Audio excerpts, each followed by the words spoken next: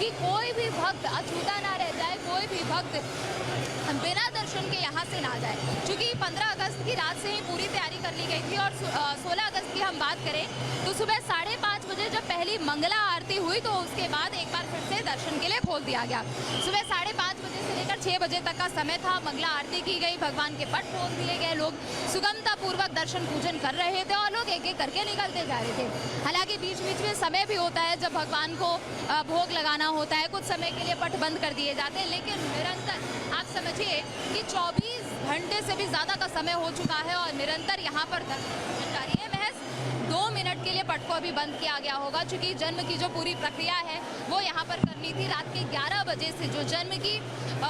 एक तरीके से अगर हम कहें जो पूरी प्रक्रिया है वो असल रूप में तब शुरू हुई। भगवान गणेश का सबसे पहले पूजन किया गया। भगवान गणेश जिनकी पूजा हमेशा किसी भी शुभ कार्य आप करने के लिए जाइए, भगवान गणेश की सबसे पहले पूजा होती है। तो भगवान गणेश का सबसे पहले पूजन किया गया और उसके बाद एक एक करके उनके पूरे चरणों को फूलों से अर्पित कर दिया गया। भगवान श्री कृष्ण हो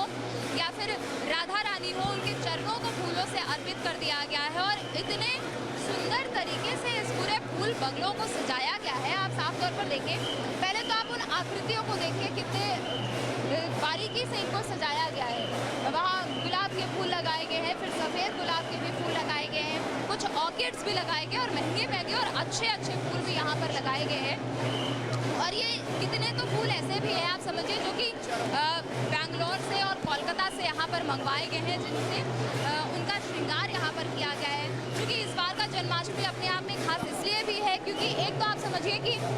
ऑपरेशन सिंदूर की जो सफलता यहाँ पर हासिल की गई है तो उसकी छटा यहाँ पर भी देखने को मिली। दरअसल सिंदूर की तरह जो लाल फूल है वैसे फूलों से इस फूल बंगले को सजाया गया है और इस फूल बंगले की अगर हम बात करें, जगह जगह पर भगवान श्री कृष्ण की तस्वीरें लगी हुई है, उनकी लीलाओं की ऐसी तस्वीरें लगी हुई है जो कि आप उनके हर एक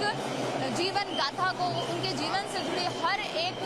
गतिविधि को आप समझ सकते हैं, आप उसको पहचान भी सकते हैं। क्योंकि हम बचपन से हम यही कहानियां सुनते हुए आ रहे हैं कि भगवान श्री कृष्ण का जन्म जब मथुरा में हुआ, उसके बाद मथुरा काफी ज्यादा खुशहाल हो गई। एक समय था जब कंस का बहुत आतंक हुआ करता था और जैसे ही कंस को पता लगा कि जो देवकी और वासुदेव है उनका ही जो दरअसल उनकी जो संतान होगा वही उसके काल का कारण होगा, वही उसके मृत्यु का कारण होगा। हमने पढ़ा अपने कथाओं में और हमने देखा हमारे कितने कथाओं के जरिए हमको दिखाने का भी ये प्रयास किया गया है और समझाने का भी प्रयास किया गया है कि आखिर जब जब अधर्म होता है तब तब कैसे धर्म आता है और तब तब कैसे धर्म की जीत होती है। क्योंकि जैसी 8वीं पुत्री होती है जब कंस से मारने के लिए आ रहा होता है, जिनको योग माया आज कहा जाता है, योग माया ने कहा कि कंस अब तेरे मृत्यु का जन्म हो चुका है और अब तेरे काल का जन्म हो चुका है, तो तू यहाँ से आज से अपनी उल्टी गिनती शुरू कर, क्योंकि मैं चाहती तो मैं तेरा अभी क्षण भर में वध कर सकती थी, लेकिन तेरे काल का जन्म हो चुका है और भगवान श्री कृष्ण का जन्म हो चुका है। जब खुद वासुदेव लेकर यमुना को पार करते हुए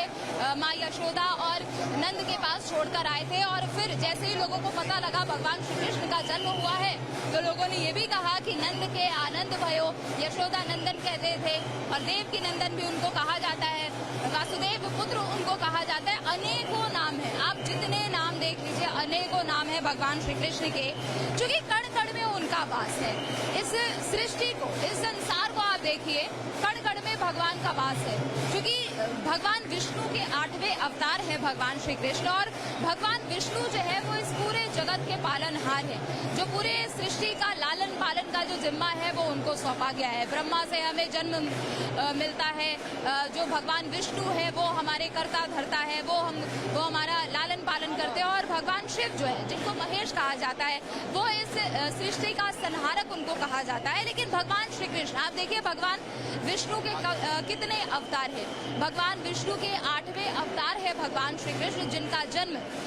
मथुरा में हुआ और ये जन्मभूमि जहाँ पर भगवान श्री कृष्ण का जन्म हुआ ये तो सिर्फ एक फूल बंगला का परिसर है, लेकिन आप समझिए जिस कारागार में भगवान श्री कृष्ण का जन्म हुआ, जिस काल कोठरी में भगवान श्री कृष्ण का जन्म हुआ, उस समय वो क्या परिस्थिति हुई होगी कि एक तरफ तो जन्म की खुशी भी है लेकिन दूसरी तरफ चूंकि कंस निकला था 8वीं पुत्री को मारने के लिए, योग माया को मारने के लिए, लेकिन कंस को उसे पता लग गया कि उसके काल का जन्म हो चुका है और उसका मृत्यु बहुत ही नजदीक उसे दिख रहा है। महज 12 साल की उम्र में भगवान श्री कृष्ण ने कंस का वध किया था और बचपन से लेकर हमने देखा कि कंस के द्वारा कितना कुछ प्रयास किया गया, भगवान श्री कृष्ण का वध करने के लिए कितना प्रयास किया गया था। लेकिन वो देव हैं, वो दूसरों को जन्म देते हैं और वो खुद जब जन्म लेकर आए हैं तो वो